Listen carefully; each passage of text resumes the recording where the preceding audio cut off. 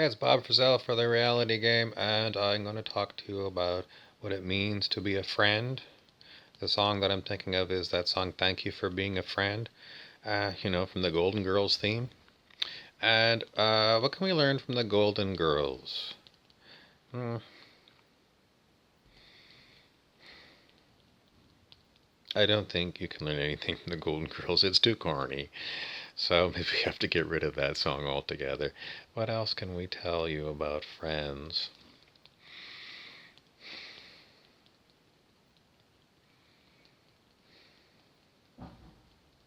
Instead of that, I'm going to go to a Rumpelstiltskin.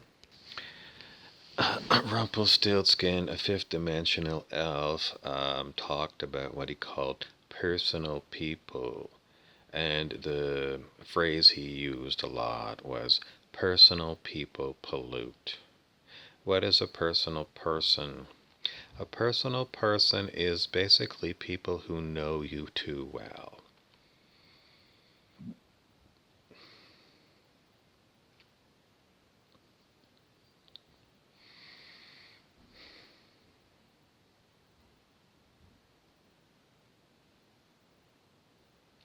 And the reason that personal people pollute is because they know you too well.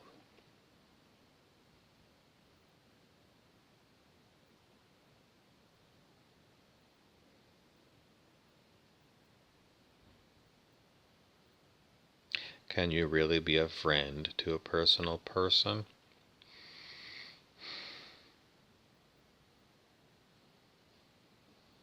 No, no, you can't. You can't be a friend to a personal person. You can be a better friend to a random person that you don't know. The more you know somebody, the more distorted your view of that person is.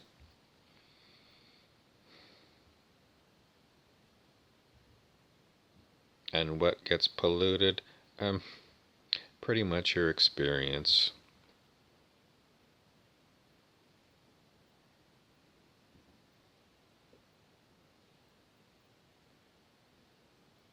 How many friendships last a lifetime? Not very many. And those that do last a lifetime are pretty much polluted. They go stale.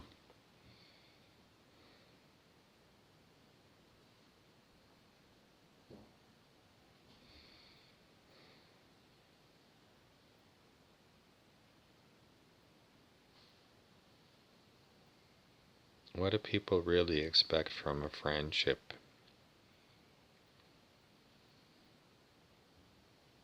People to go on a road trip with? People to go to see a movie with? Friends with benefits? Why don't these personal relationships last?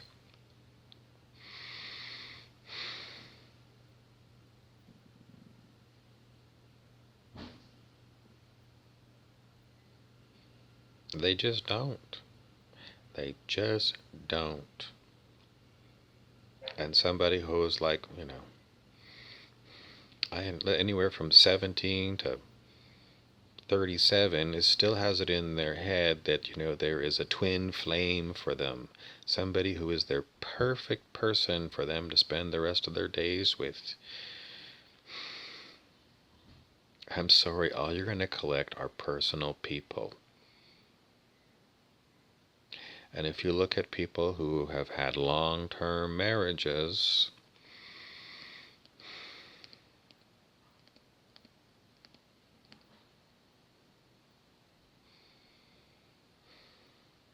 what makes those things work?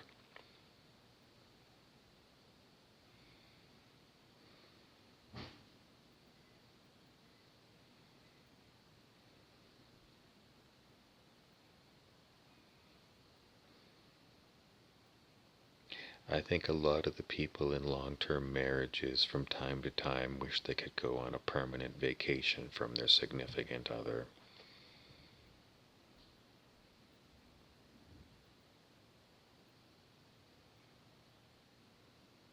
You know, Hollywood promotes the myth that somebody that you'll meet, your high school sweetheart, that you can, live with that person till you're 99 years old.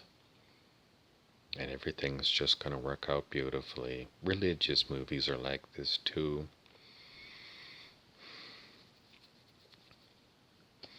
In my opinion, humans are not meant to have long-term relationships. Humans need a lot of short-term relationships because there's a lot of learning that comes about from having relationships with lots of different kinds of people. And if you do have some kind of a long-term relationship with a significant other that lasts for a long time, you usually get stunted growth. Both partners tend to think exactly the same way, so there's no clash of ideas, clash of beliefs, which means that there's no growth. Stagnancy is the name of the game.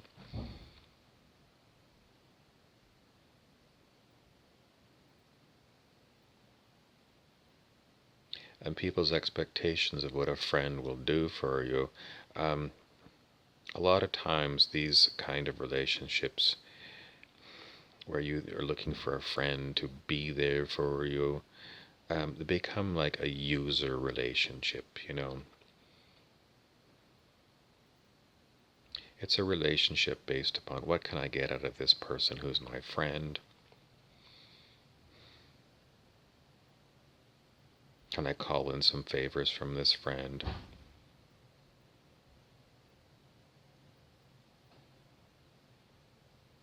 Some people say everyone deserves a second chance. No, that's a stupid thing. Keep giving people second chances when they fucked up the first time. There's plenty of other people out there, and this world is full of people. Why go over the same issues again and again with the same person? It's just stupid. Maybe it was you that made the mistake. Maybe it was me that made the mistake.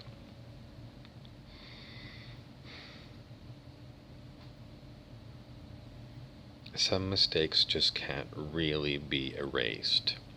They're always going to be hanging there.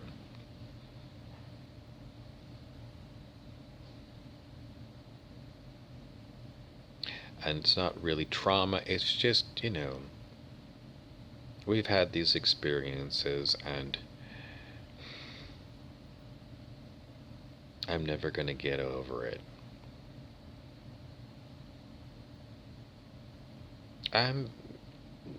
That should be the name of the game. I'm never going to get over it.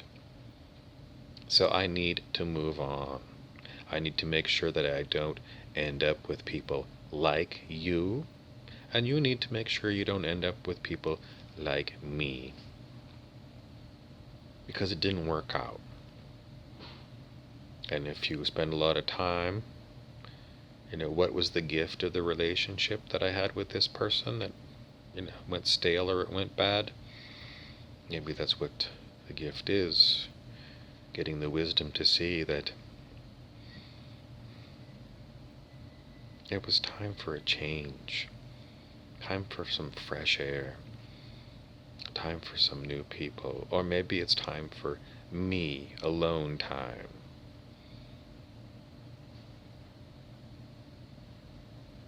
And a lot of people are unwilling to try me alone time for any real length of time.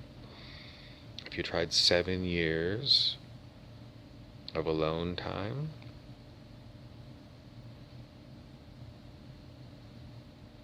7 months,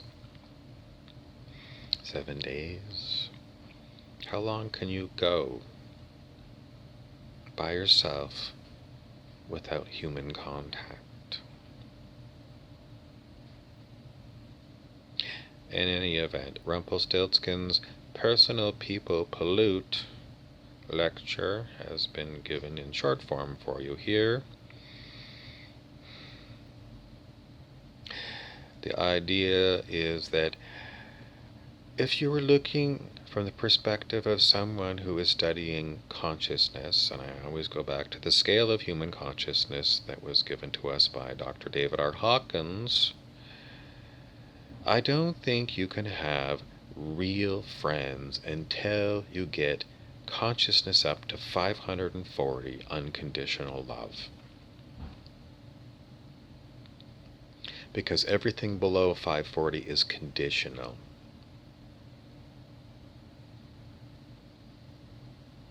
And you can't have one person at 540 in a relationship and somebody else at some other number lower. Because then one person is always carrying the load.